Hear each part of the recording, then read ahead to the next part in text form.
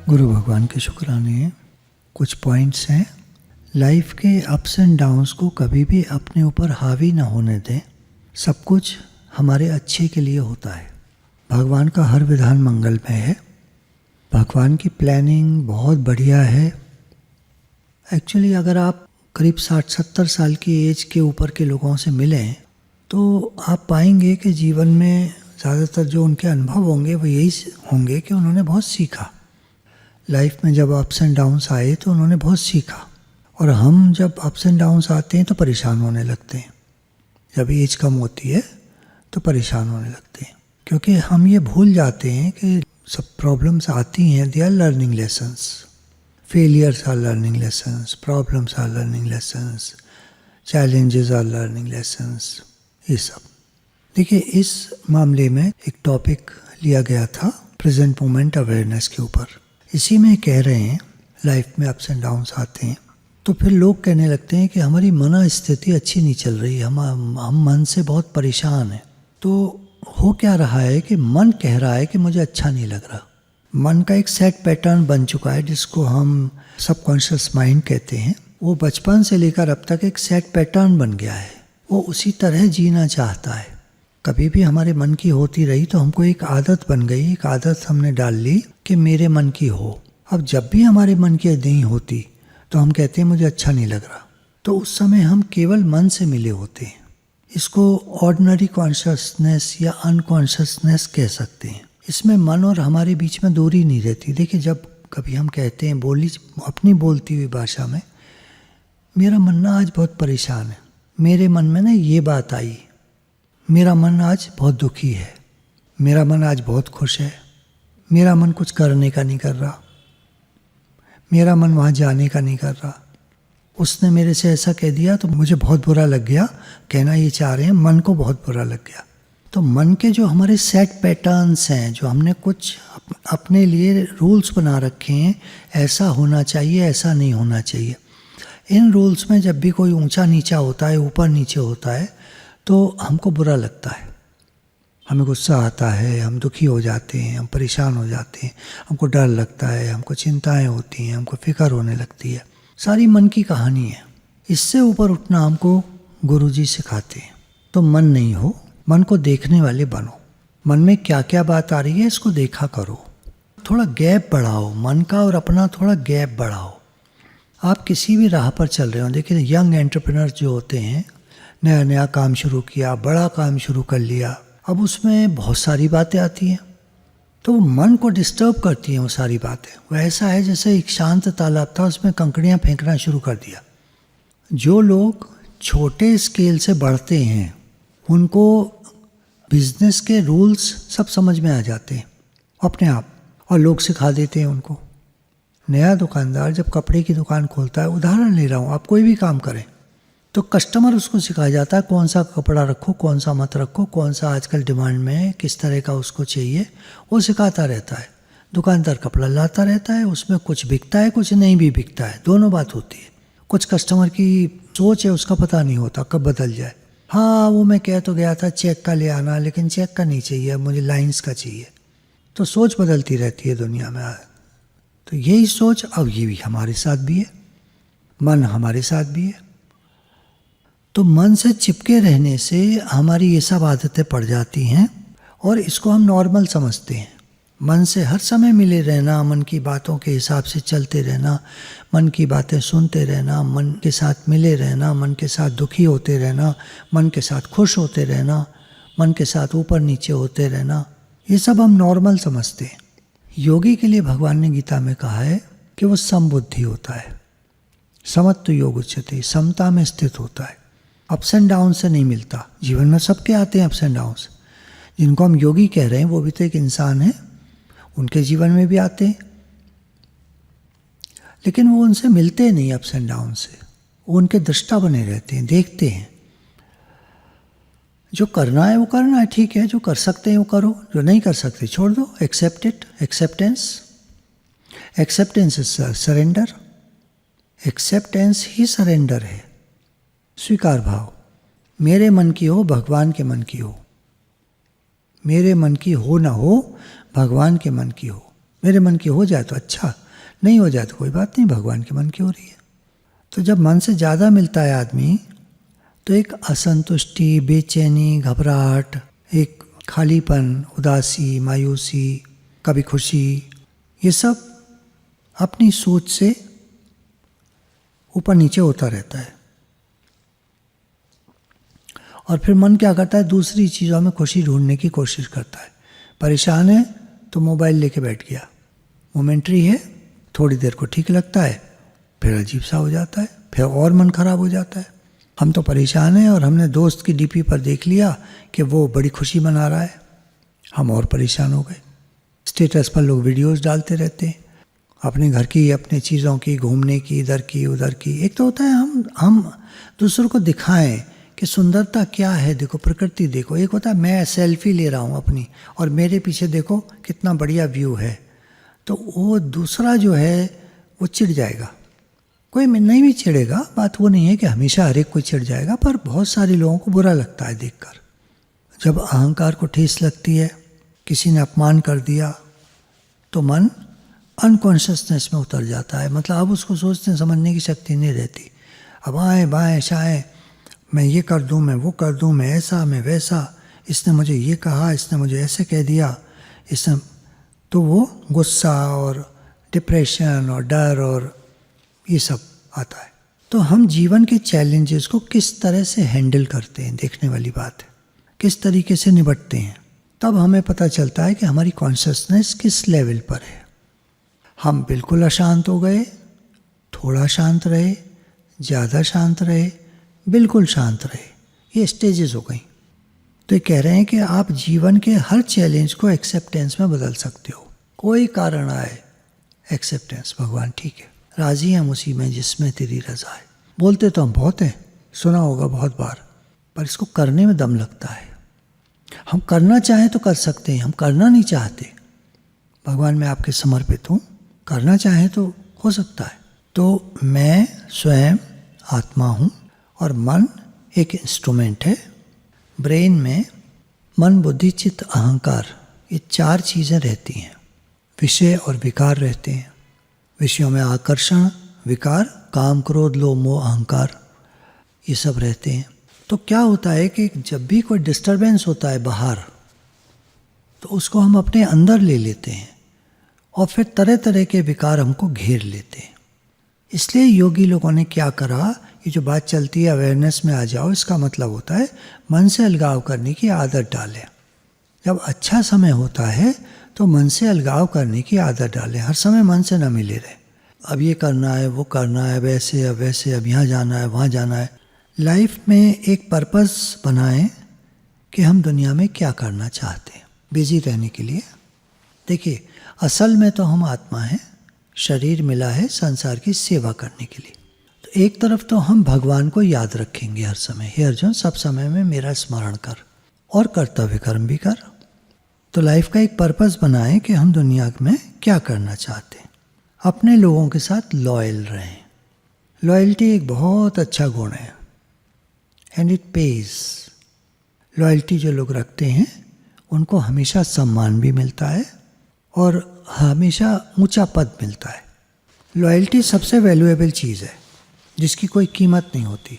Loyalty आप खरीद नहीं सकते, तो लॉयल्टी बहुत वैल्यूएबल है। इसकी कीमत को समझें और हम खुद लॉयल बने। हमें लोग लॉयल मिलें वो ठीक है, अच्छी बात है, बढ़िया है, हम खुद लॉयल बने। कभी बेईमानी, चोरी, ठगी, 420 ये सब नहीं करेंगे। धोखा, फरेब नहीं करेंगे। किसी के साथ गलत तरह से उसका धन हड़प लेना कभी नहीं करेंगे। जिसके यहाँ काम करते हैं वो वफादारी करेंगे। हम गुरु वाले हैं तो गुरु के प्रति लॉयल होकर रहेंगे। हम घर में जो लोग हैं घर वालों के प्रति लॉयल होकर रहेंगे। जहाँ कंपनी में काम करते हैं और काम के प्रति लॉयल रहेंगे, अपना काम अच्छे से करेंगे, वो कंपनी का लॉयल हो गया। लोगों के साथ सपोर्टिव रहें। एक लीडर जो होता है, एक बढ़िया लीडर तो कोई भी बन सकता है। बढ़िया लीडर जो होता है वो सपोर्टिव होता है हमेशा, वो दूसरों की हेल्प करता है। हमको क्या चाहिए वो ये देखता है, मेरे को क्या चाहिए नहीं देखता। हमको क्या चाहिए, दूसरों को क्या चाहिए वो ये देखता है। सपोर्ट करता है। कुछ हर साल नए बच्चे नौकरी पर लगते हैं, पहली नौकरी, पहली इनकम। तो एक अभी बच्चे की नौकरी लगी तो मैंने उसको एक सवाल भेजा, एक बात बताओ तुम इस सैलरी का क्या करोगे। साथ में मैंने एक हिंट लिख दिया, कुछ सेविंग जरूर करना और कुछ अच्छा काम जरूर करना। कह सकते हैं 10% सेविंग करो, 10% सबकी हेल्प में लगाओ, 20% उठा के अलग कर दो, 80% में अब अपना काम चलाओ। तो उसकी जो भी पे थी तो उसने मुझे डिटेल लिख कर भेजा कि आपके हिसाब से मैंने ये विचार बनाया है। अभी मैंने कोई जवाब दिया नहीं क्योंकि 2 उसने विचार लिखे थे, तो दोनों में से चूज़ करना पड़ेगा कौन सा सही रहेगा। तो इसी तरह हम शुरू से एक अपनी इनकम में से सेविंग और सबकी हेल्प का बनाए। जैसे एक बार बात चली थी कि जो भी बच्चे हमारे सत्संग में हैं, जुड़े हुए हैं, कमा रहे हैं, कुछ हिस्सा वो सत्संग की सेवा में लगाएं। उनकी इनकम बड़ी प्योर होती है, बड़ी मेहनत से कमाते हैं, दिन रात एक करते हैं, इतने शुक्राने हैं उनके, उसमें से कुछ भी लगाएं। मैं नहीं कह रहा 10%, ये कुछ नहीं, जो भी उनको लगे उतना लगाएं। अगर उनके लिए बहुत अच्छी बात है। कुछ माता पिता पे खर्च करना चाहिए जब भी बन पड़े, मौका लगे। यूनिवर्स पर भरोसा रखें, भगवान पर भरोसा रखें। आप जो चाहते हैं वो मिलता है, समय पर मिलता है। बस मेहनत और विश्वास के साथ अपना काम करते रहें। अपनी लाइफ और यूनिवर्स की हर चीज़ के लिए थैंकफुल रहें। जो मिला है भगवान आपका बहुत शुक्राना। आपने घर दिया, परिवार दिया, नौकरी दी, व्यापार दिया, बच्चे दिए, पैसा दिया, चीज़ें दी, घर में सामान दिया, इतना सारा सामान घर में चारों तरफ। आपके बहुत शुक्राने, अनंत शुक्राने। I am very thankful, thank you so much. भगवान जी मेरा आपसे बहुत प्रेम है। भगवान से कहते रहिए मेरा आपसे बहुत प्रेम है, मैं आपका हूँ, आप मेरे। हे नाथ मैं आपको भूलूँ नहीं। अपना विज़न क्लियर रखें कि लाइफ में हम कहाँ पहुँचना चाहते हैं। सब तरह का विज़न होता है, हर एक का अपना होता है, अलग होता है। किसी के विज़न से कंपेयर नहीं करना चाहिए। किसी को भगवान चाहिए, किसी को दुनिया चाहिए, किसी को दोनों। भगवान ने कहा ना, हे अर्जुन तू कर्तव्य कर्म कर और सब समय में मेरा स्मरण भी कर। तो ऐसा निष्काम कर्म करने वाला योगी मुझे ही प्राप्त होता है। निष्काम भाव से कर्म करता है और साथ में योगी है, योग लगाता है। योग क्या है? भगवान को याद करना, प्लस गॉड इन एवरीथिंग। उन लोगों के साथ रहें जिनके साथ रहने से आपके अंदर पॉजिटिव वाइब्स आती हैं। अपनी संगत को जरूर चेक करना चाहिए, हम किन लोगों के साथ रहते हैं। कोई ठीक नहीं है तो धीरे धीरे करके वहाँ से खिसक लीजिए। जिन लोगों के साथ हम रहते हैं कुछ कुछ वैसा ही हमारा भी नेचर बनता चला जाता है। एक लड़के को मैं जानता हूँ, पहले करीब आज से 10 साल पहले सत्संग में आता था, फिर उसकी नौकरी लग गई, वो चला गया। बीच में आया एक बार, फिर आया एक बार, फिर आया एक बार। मैंने उसमें चेंज देखा। जब वो सत्संग में था तो बहुत पॉजिटिव रहता था, खुश रहता था, पॉजिटिव रहता था, शिकायतें नहीं करता था। धीरे धीरे जैसे मिलता रहा तो मैं देखता रहा उसमें चेंज कि अब वो पॉजिटिव उतना नहीं है, दूसरों में कमियां निकालने का थोड़ा सा स्वभाव बन गया है। बॉस ऐसा, वो ऐसा, वो ऐसा, जगह ज़्यादा अच्छी नहीं है। अब देखिए जगह तो एक ही होती है, बेंगलोर है जैसे मान लीजिए उदाहरण, जगह तो वो एक ही है, लेकिन बहुत सारे लोग वहाँ बहुत खुश हैं और बहुत सारे लोग कहते हैं कि वहाँ बरसात में पानी भर जाता है, तो हर समय ट्रैफिक जैम रहता है, बड़ी दिक्कतें हैं, बड़ा ये बड़ा। तो ये हमारी सोच पर है। ठीक है, दिक्कतें तो हैं, ये भी बात है, बात तो ठीक है, बात कोई गलत थोड़ी है। दिक्कतें हैं, ट्रैफिक जैम भी है, बरसातों में पानी भी भर जाता है, लेकिन अब वही है कि करना है तो करना है। खैर बात ये चल रही थी कि हम कंपनी कैसी रखें, हमको जैसा बनना है उस तरह की कंपनी चूज़ करनी चाहिए, और जो कंपनी ठीक न लगे वहाँ से धीरे धीरे हट जाना चाहिए। फिर से हम माइंड की बात पर आते हैं, जो हम मन की बात ले रहे थे। Observe your mind and go beyond the mind. मन हमको लगातार कहानी सुनाता है, कहानी बनाता है, दूसरों में कमियां निकालता है। उसको मुझसे ऐसा नहीं बोलना चाहिए था, मेरी गलती नहीं थी, उसकी गलती थी, उसने ऐसा किया, मेरे ऊपर दोष लगा दिया। तो ये सब मन से मिलना है। अब देखिए वो तो जो है वो है है ना। अच्छा, बात तो हो गई। अब जो हम उस पर भुन भुन भुन भुन भुन मन कर रहा है तो परेशान हुए जा रहे हैं। अब इसमें क्या करें? इलास्टिक होती है ना, कितना भी खींच दो, ऐसे ये मन है कितना भी खींच दो, बात एक होती है, उसको कितना लंबा खींच देता है। जो भी हुआ उससे सीखो। आपको कोई बात दोबारा नहीं करनी, मत करो। किसी के साथ नहीं जाना, मत जाओ। कोई अच्छा नहीं लगता, छोड़ दो। अब गलती किससे हुई? अब वो तो चीज़ ठीक है, उससे हुई, हमसे हुई, छोड़ो। गलती तो गलती है, गलती मनुष्य ही तो होती है, इंसान से ही तो होती है, गलती हो जाती है, कोई बात नहीं। मन को समझाने के लिए हैं ये बातें। देखिए, आप कहेंगे ऐसे कैसे मान जाएं हम, ऐसे कैसे, लेकिन सुनने में तो शांति आती है ना। जब कहते कोई बात नहीं तो थोड़ा तो शांति आती है। मन से अलगाव करना भी ऐसे ही आएगा, धीरे धीरे, टाइम लगता है इसमें, बहुत जल्दी नहीं आ जाता ये। मन कुछ कुछ कह रहा है और हम थोड़ा सा पीछे हट गए, हम मन से पीछे हैं। गीता भगवान एक जगह कहते, हे अर्जुन, इस शरीर से ऊपर इंद्रियां हैं, इंद्रियों से ऊपर मन है, मन से ऊपर बुद्धि है, बुद्धि से ऊपर आत्मा है, आत्मा से ऊपर कुछ नहीं है। अर्थात आत्मा और परमात्मा को भगवान ने एक कह दिया। आत्मा परमात्मा का ही तो अंश है। तो शरीर से ऊपर इंद्रियां, ज़्यादा चेतनता होती है उनमें। इंद्रियों से ऊपर मन, बहुत चेतन होता है, भागता है।